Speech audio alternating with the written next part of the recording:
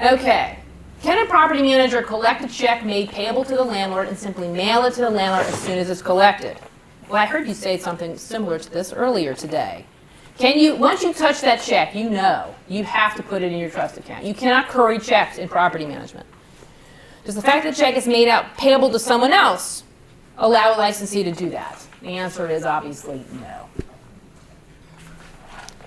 Question 2, may a property manager open a joint account with a client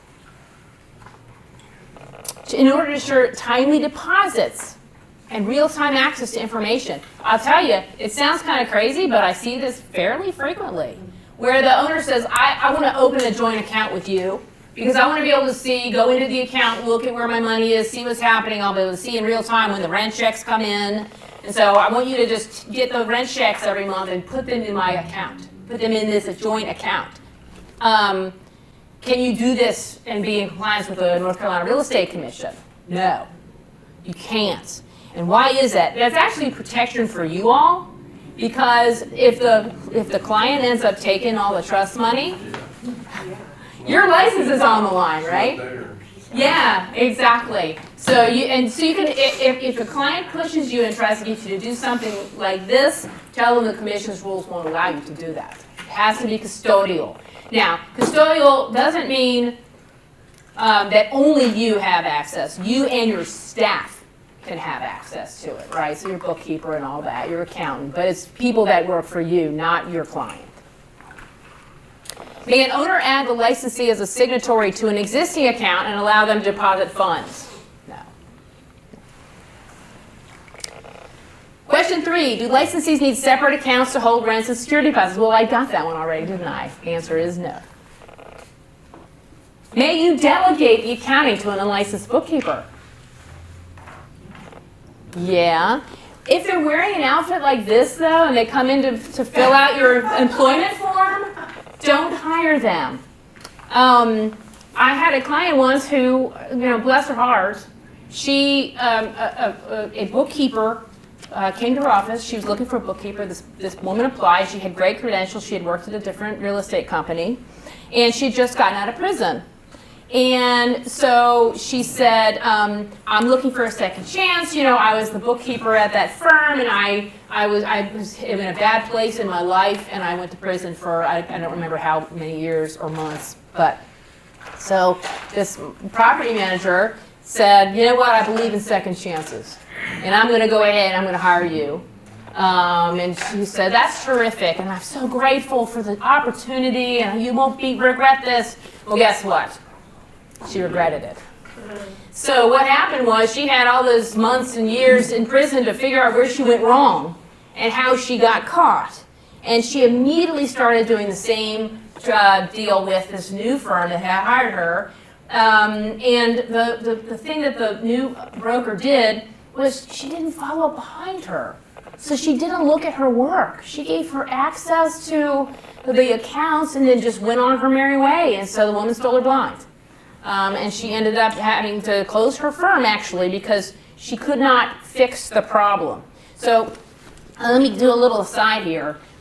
The Real Estate Commission cannot make you pay money. So if you have an embezzlement, you're missing money, your books go awry for some reason, they have no statutory authority to say, you must refund the $50K that's been stolen to this account.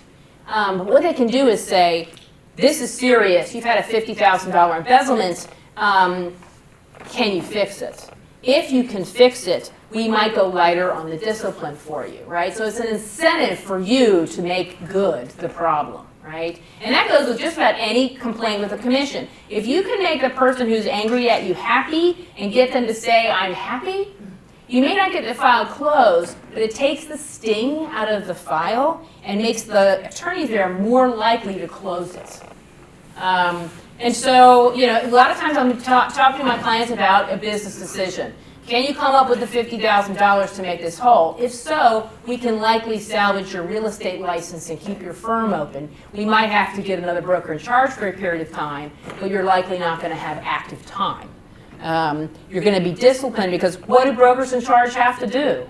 You have to be looking out over your staff members and making sure everything is going well. So In any event, not all clients can pay $50,000 to make whole victims of embezzlement. So, but just be prudent. I mean, the standard of the Real Estate Commission is, what would a reasonable agent do in your shoes? What would a reasonable agent do? Would a reasonable agent hire the Hamburglar and then just go off and do rentals? No.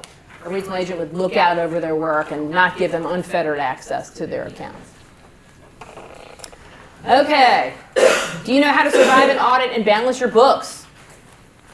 So I see lots of software out there when we do our audits.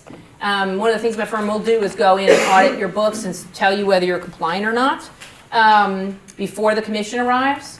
And so do you all know what you need to do in order to survive an audit?